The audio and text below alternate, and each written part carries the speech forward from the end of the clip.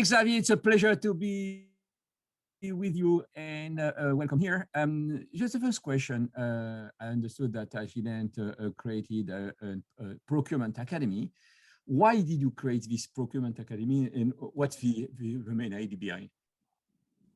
So, hello, Bernard. Nice to be with you today. Yes, so the role of the academy, the way we built it is really to create the workforce of tomorrow.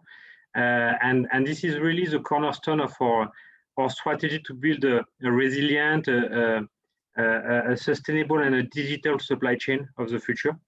So in order to do so, we have decided to raise the bar of the skill and competency of our team. And that's why we entered in this process to create the academy.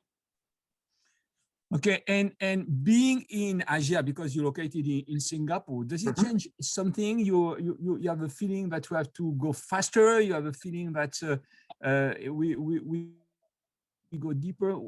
Does it change anything for you?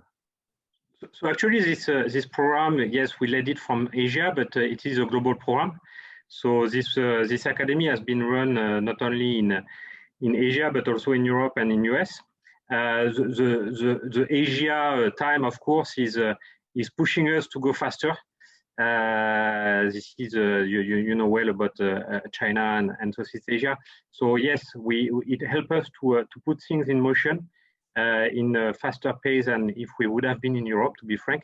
But at the end, we deliver the training and the academy the same way, no matter where we are in the world. So this is a global academy. When did you create this academy, procurement academy? So we started to discuss this academy in 2019, and we put it in execution with the first step, which was the talent assessment at the end of 2019, beginning of 2020. So we are a bit more than 1 year now into the program, and we intend to have this program for the next at least 2 to 3 years. Before we get the first feedback on the impact in the organization. Thank you. When we're preparing this discussion, you told me learn, excel, active, perform. This is the name of the academy. Yeah, this is a LEAP program. Yes, that we implemented. Yes. Okay, and behind these words, it has a true meaning, or it's just kind of sexy words. We try to make it sexy, of course. Now, the idea is really to try to identify where are the gap in competency, in skills for our, let's say, team members.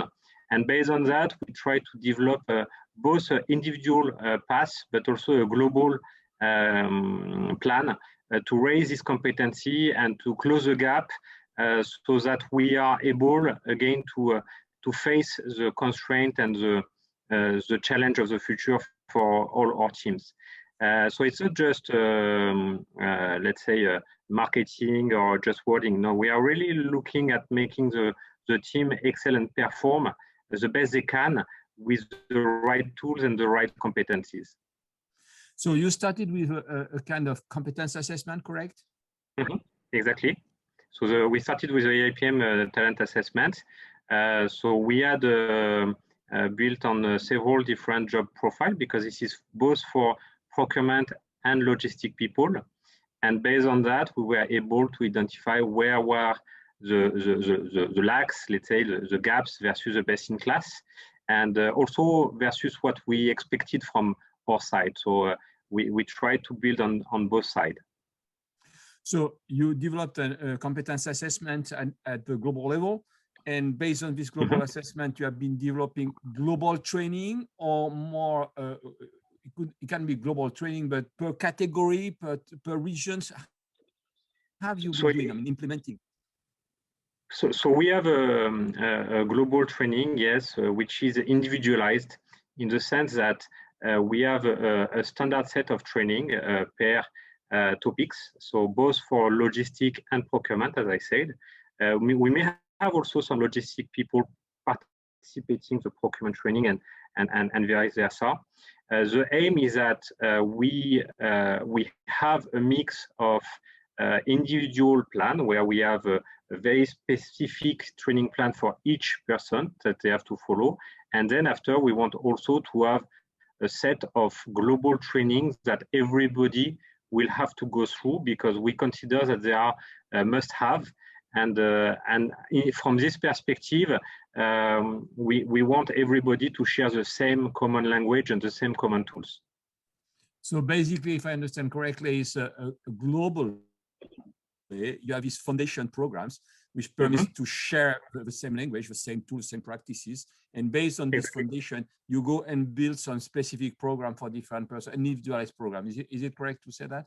Exactly. We have an individual learning path for everybody to follow, and so we are able to track the progress and to track the completion at individual level, also based on the career development plan of each individual. Because also one of the aim of this LEAP program is to raise the competency, but also to build the succession plan of the future.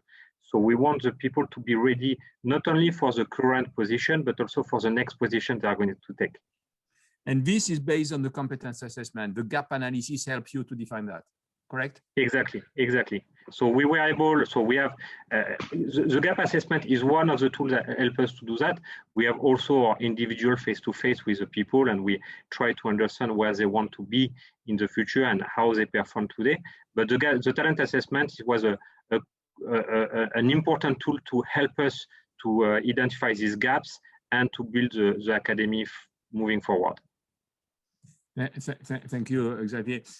You're a global company, pretty important company, very big company. You're in the different parts of the world.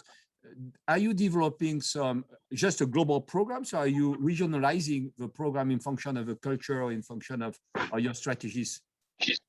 No, what we want is really we are a global organization in supply chain and procurement. So we don't have any difference of way of working, no matter the region. So we want to have a global academy in this case. And from this perspective, we have a global deployment of the program. So everything is in English, for example. All the trainers, they are delivering to the different region indifferently. So the training are a mix of face-to-face. So today this is in distant learning because of the COVID situation. And then we have also some e-learning modules coming from the existing library of Agilent. So it's a mix of the two, and they are delivered indifferently in all the region of the world the same way. So one thing I find it very interesting when we prepare is to say, you started with us for the assessment, and then you said, perhaps due to the COVID, you have been deploying this competence internally with your own competency. It's correct to say that, but you are the own trainers of your own people. Yeah, we decided, in fact, when we were ready to enter in the discussion for the, in fact, we were and we decided to take a different path with internal competencies to deliver this training. So we selected some subject expert matter on different topics, on different, let's say, competencies. And also we included some people from outside procurement and global supply chain, like for legal, for example, for legal training. And we decided to develop this training internally and to deliver them directly from the team to the team members. Okay. So today, your people are the subject expert matter. They are building the content and they are deploying it. And this deployment is global, so the same subject matter expert is deploying around the world, or do you have some relay in the different regions? So at the moment, for some of them, we are developing across the world from one location for the modules which are not too long and that we are able to do it no matter the time difference. And for some of the topics, we are delaying until we can travel again and we can send the subject matter experts to the different location. So this has been one of the constraints that today, not all the topics have been delivered everywhere in the world because of this COVID situation. And we hope that by the end of the the year, we will be able to fill this gap. And the after COVID, you think you're going back to the face-to-face, or you try this distance online learning? You think it's never the new? It's a good question. I think that the new normal will for sure look differently than what happened before COVID. I think that the tools for distant learning and they really proved efficient. Now, do they replace 100% what used to be before COVID? I don't think so. So I think the after COVID situation will be a mix between face-to-face in presential, I would say, and also face-to-face through WebEx or Zoom or other team meetings, with also a flavor of online learning through pre-existing modules. So I would say that in the future, it will not be one solution fits them all, but it will be a mix depending on the constraint, depending on the budget constraint, but also on the, let's say, the travel constraint and challenges. And we will try to find what is the right, let's say, a mix in between the different options that we have. The good thing is that the COVID created some option actually. When we look at the content by itself, you say it has been developed internally, but are you developing a lot of content based on your culture, or it's more general content? It's more purchasing-led content, or it's more, let's say, behavioral content? What is for you the future of these elements? So the content that has been developed by the team is really much based on experience, based on actual situation, and of course it is very much related to our industry and customized to the real challenge that we are facing on day-to-day basis. So we are thinking, of course, of sometime going back to the academic. So some of the team members, they went through some, let's say, available documentation that they could find online or some books.